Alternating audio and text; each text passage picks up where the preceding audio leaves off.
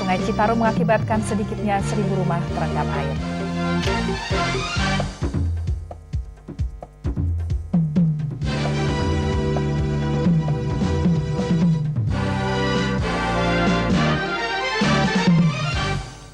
Assalamualaikum warahmatullahi wabarakatuh dan selamat malam pemirsa. Kita jumpa lagi melalui Seputar Indonesia untuk hari ini Senin 28 Januari 2002. Bersama saya Teguh Juwarno. Dan saya Atika Suri. Pemirsa, Teguh akan menyampaikan laporan pertama.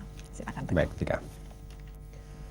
Pemirsa, Presiden Megawati Soekarno Putri meminta para gubernur, bupati, dan wali kota untuk meningkatkan kewaspadaan terhadap kemungkinan bahaya banjir, tanah longsor, gelombang pasang, dan bencana lainnya. Kepada peserta Raker Kepala Daerah se-Indonesia yang tadi di Jakarta, Presiden Megawati meminta aparat di daerah untuk mempersiapkan keperluan sebagai antisipasi penanggulangan bencana. Menyoroti banjir yang belakangan ini melanda sejumlah daerah, termasuk Jakarta, Megawati melihatnya sebagai tanggung jawab pemerintah daerah. Pemda juga harus proaktif dalam mengatasi warga yang terkena bencana, termasuk dalam hal menangani para pengungsi, serta upaya rehabilitasi akibat bencana. Di tengah musim hujan yang cenderung di atas normal di beberapa daerah, ini mesti siap-siap. Dan ketika masih banyak kesulitan yang belum dapat kita selesaikan dalam kehidupan nasional ini, tindakan cepat untuk mengurangi penderitaan rakyat sebagai akibat dari timbulnya bencana akan sangat meringankan beban mereka. Sementara itu, hujan yang berlangsung sejak Minggu malam mengakibatkan sejumlah daerah di Jakarta, Bogor, Tangerang, Bekasi atau Jabotabek terendam air. Banjir terparah antara lain terjadi di Tangerang, di mana sebagian besar rumah warga terendam air. Ini saya warung juga nih, udah berantakan di dalam itu, Pak. Ya, warung rokok? Ya, warung-warung ini ya, Pak, sembako lah, kecil-kecilan gitu. Rusak semua? Ya, sebagian lah, udah nggak bisa diangkat. Seperti spring bed segala, udah 2 tempat tidur, nggak bisa lagi dipakai.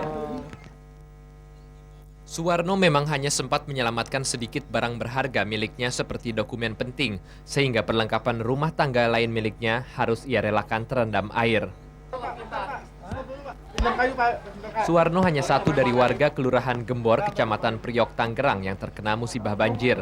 Di RW 07 tempat Suwarno tinggal terdapat sekitar 500 kepala keluarga lainnya yang mengalami nasib serupa. Akibat hujan yang turun sejak Minggu malam hingga Senin dini hari, kawasan tersebut terendam air. Bahkan di sebagian daerah di kelurahan tersebut, kedalaman air mencapai 2 meter. Kawasan Kelurahan Gembor memang merupakan daerah langganan banjir karena meluapnya Kali Cirarap. Namun banjir kali ini jauh lebih parah.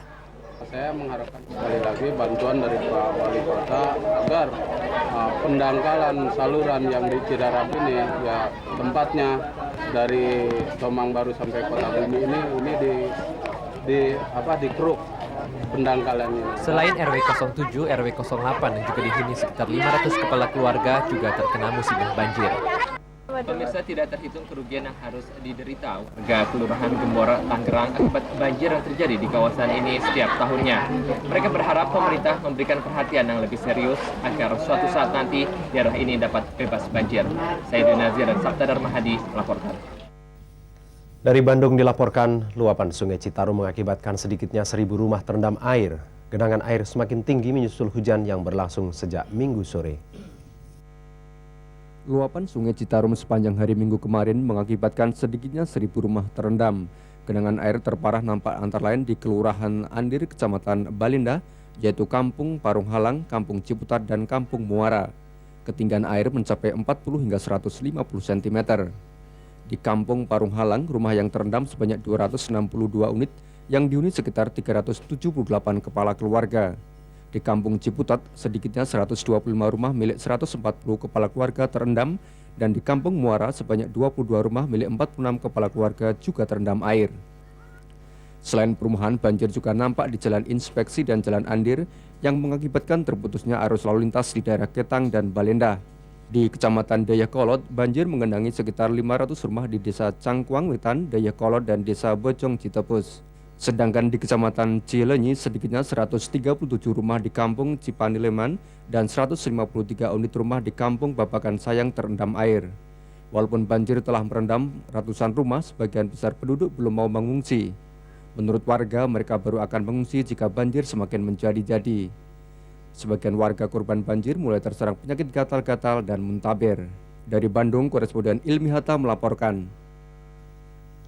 Pemirsa, banjir juga melanda sebagian wilayah Bengkulu. Sekitar 450 rumah di 7 kelurahan dalam kota Bengkulu terendam air akibat banjir yang melanda daerah tersebut sejak Sabtu kemarin.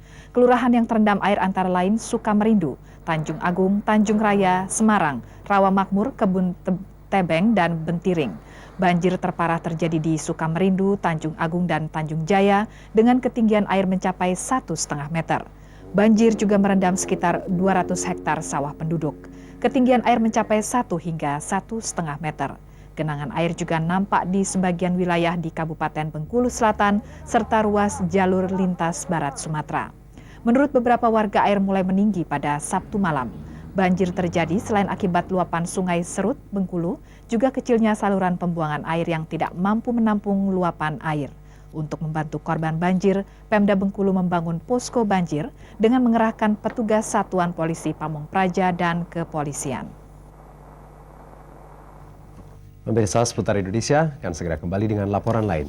Di antaranya pemeriksaan terhadap Akbar Tanjung dalam kasus penyelewengan dana non-budgeter Bulog.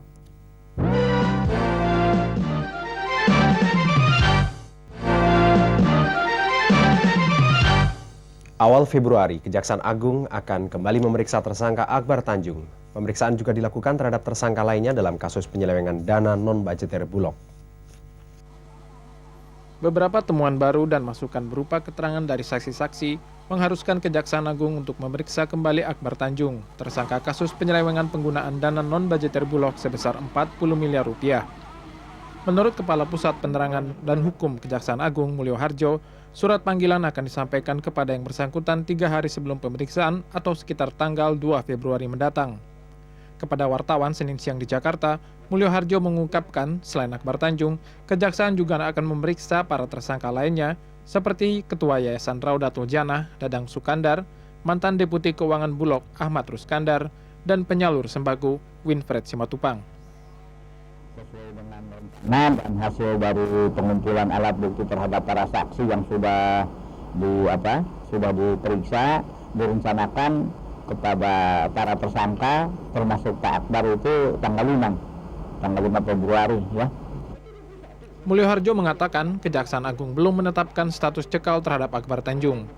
Kasus penyelewengan dana non-budgeter Bulog terjadi pada tahun 1999 lalu ketika Akbar Tanjung menjabat sebagai Menteri Sekretaris Negara. Yohanes Stefanus dan Heri Kuswianto melaporkan.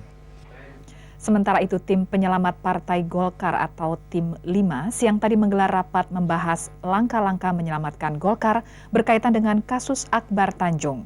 Ketua Tim Kosmas Batubara menegaskan pembentukan Tim 5 bukan untuk menggelar Munas luar biasa. Usai rapat pertama Tim 5 atau Tim Penyelamat Golkar di DPP Partai Golkar Jakarta hari Senin, Ketua Tim 5 Kosmas Batubara menjelaskan, tim yang dibentuk Dewan Penasihat Golkar ini untuk memperkuat posisi Golkar menghadapi perkembangan politik terakhir. Kosmas mengakui pembentukan Tim 5 muncul setelah Ketua Umum Partai Golkar Akbar Tanjung menjadi tersangka dalam kasus Bulog. Namun kasus Bulog dilihat sebagai kasus pribadi Akbar Tanjung saat menjadi Mensesnek meski berdampak juga pada Partai Golkar. Karena itu pembentukan Tim 5 bukan untuk menggoyang Akbar melalui Munaslup Partai Golkar. Tim 5 untuk memberikan pertimbangan kepada DPP dan Akbar Tanjung tentang langkah-langkah yang harus diambil menghadapi perkembangan politik tersebut. Pembentukan tim penasihat di ruangan ini dihadiri DPP. Ya. Lalu tim penasihat baru berapat sekarang. Jadi kami baru tadi selesai rapat, jadi sebelum ini belum ada rapat. Kalaupun ada pendapat, itu pendapat pribadi atau pendapat sebagai sekretaris penasehat dari Pak Muladi. Tapi semua itu kemudian kita sinkronkan. Dua anggota Tim 5, Muladi dan Baramuli yang mengusulkan Munaslup, juga tetap mengusulkan Munaslup. Namun mereka tetap patuh pada mekanisme dan garis kebijakan partai. Kalau secara pribadi ya, itu pendapat begitu itu tetap, tapi mekanismenya kan melalui mekanisme organisasi. Kalau 2/3 setuju jalan tuh, kalau tidak ya nggak bisa jalan. Nggak berjuang ke daerah-daerah. Oh enggak, kita itu jelaskan aja. Kita semua itu bekas tokoh Golkar di masa lalu yang tahu rambu-rambu. Ya. Tapi tidak berubah, saya punya pentingnya. Ketua DPP Partai Golkar Agung Laksono yang ikut rapat tim 5 bersama Sekjen Tuswandi menjelaskan, nasihat atau pertimbangan tim 5 tidak harus ditaati DPP karena tergantung kondisi. Ahmad Sutono dan Gunawan melaporkan.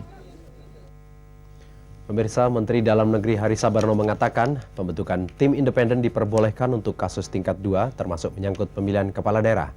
Secara politik, DPRD telah memberhentikan Sunarto dari jabatannya, namun hal itu belum diproses secara hukum dan administrasi. Minta nanti Gubernur Jatim membentuk tim independen dibantu oleh pusat untuk melakukan pendalaman masalahnya.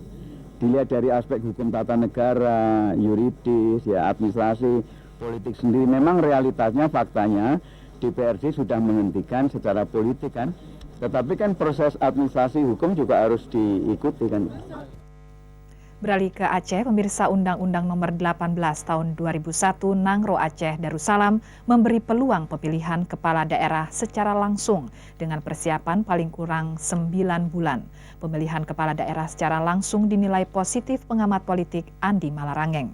Menurut Andi, selain dapat mendukung penanganan masalah keamanan, juga memudahkan sosialisasi calon pemimpin kepada masyarakat Banda Aceh. Andi mengusulkan lembaga publik segera memberi masukan bagi DPRD untuk menyelesaikan konun atau perda masalah ini.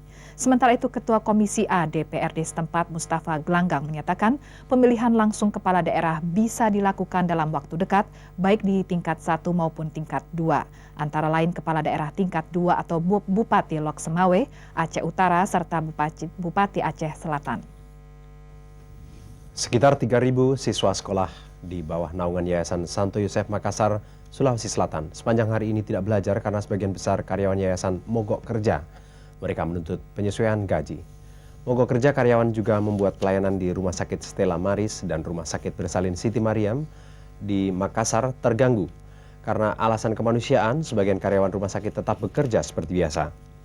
Yayasan Santo Yosef Makassar memiliki sekolah dari tingkat taman kanak-kanak hingga sekolah lanjutan atas dan Akademi Perawat Santo Yosef. Mereka juga memiliki Rumah Sakit Stella Maris dan Rumah Sakit Bersalin Siti Miriam. Menurut seorang karyawan Rumah Sakit Stella Maris, Yosef Bernardus, gaji tertinggi karyawan di seluruh Yayasan Santo Yosef hanya Rp800.000, sedangkan yang terendah Rp200.000. Gaji mereka terakhir dinaikkan 5 tahun yang lalu. Bendahara Yayasan Suster Bernadette berjanji akan meneruskan tuntutan karyawan kepada ketua yayasan. Pemirsa, kondisi 73.000 pengungsi di Ternate, Maluku Utara semakin memprihatinkan. Pemerintah pusat mulai Januari menghentikan bantuan uang, lauk pauk, dan beras.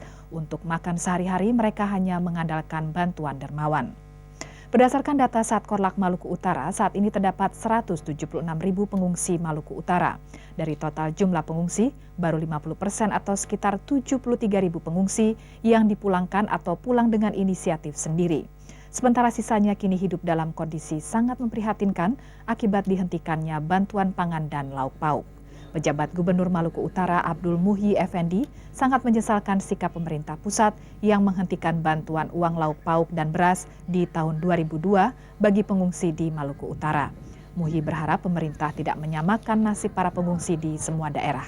Pemda Maluku Utara yang baru terbentuk belum memiliki anggaran pendapatan belanja daerah dan pendapatan asli daerah.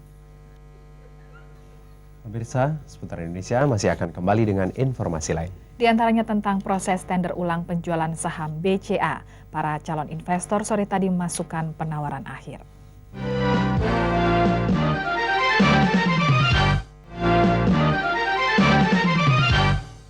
Badan Penyihatan Perbankan Nasional (BPPN) hingga kini belum menetapkan target waktu penyelesaian proses tender penjualan saham BCA, meski para calon investor telah memasukkan final bid atau penawaran akhir pada pukul 5 sore tadi.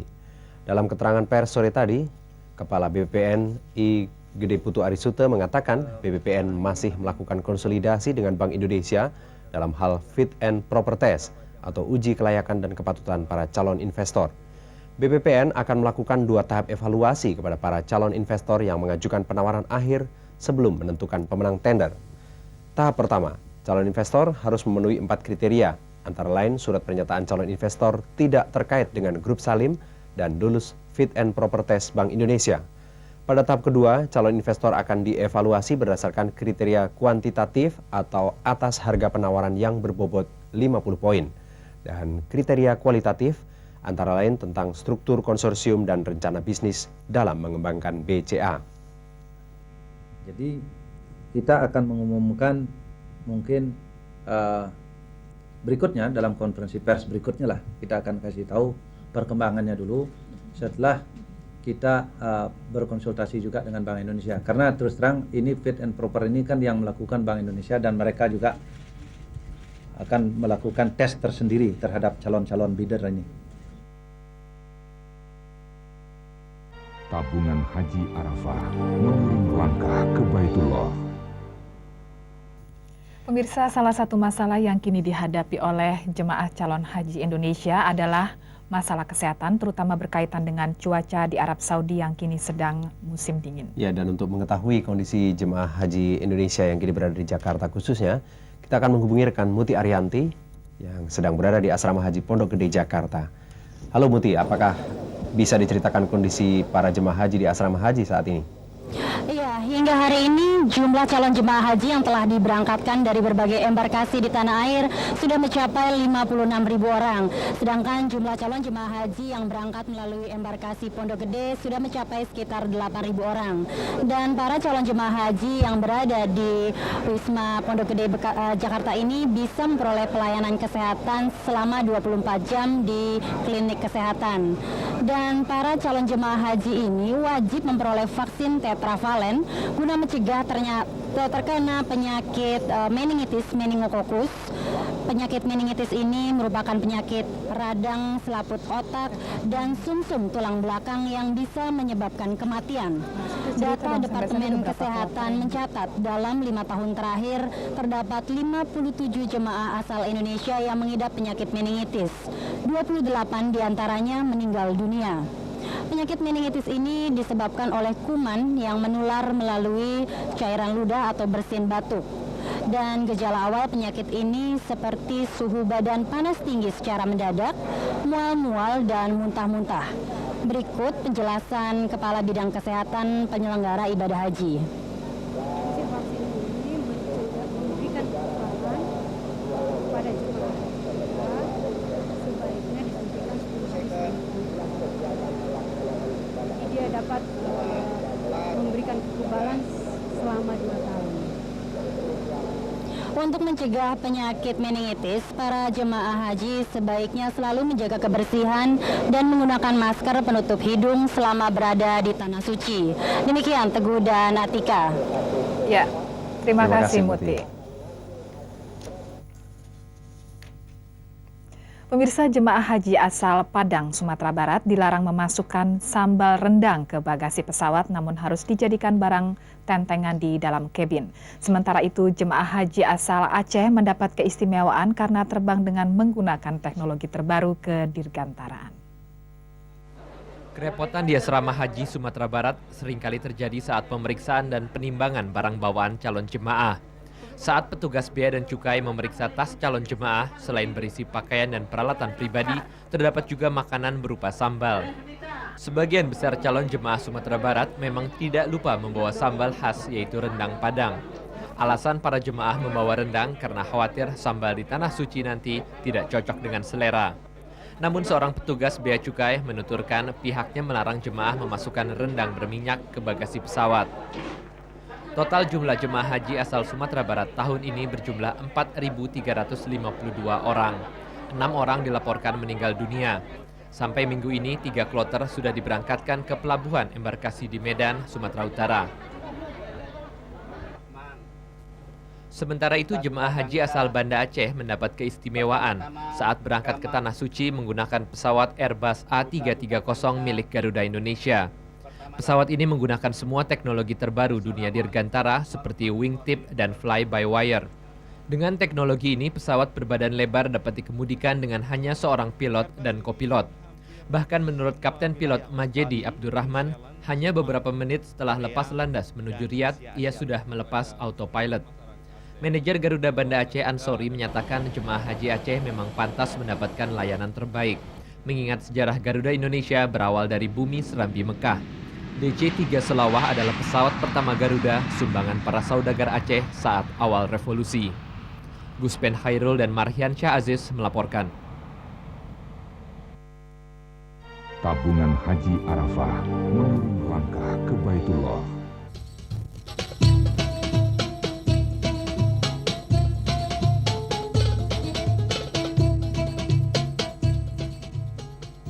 Ya, pemirsa jangan beranjak kemana-mana, Seputar Indonesia masih akan kembali dengan laporan tentang penangkapan 3 orang kelompok perampok, maksud kami 3 kelompok perampok yang meresahkan warga ibu kota.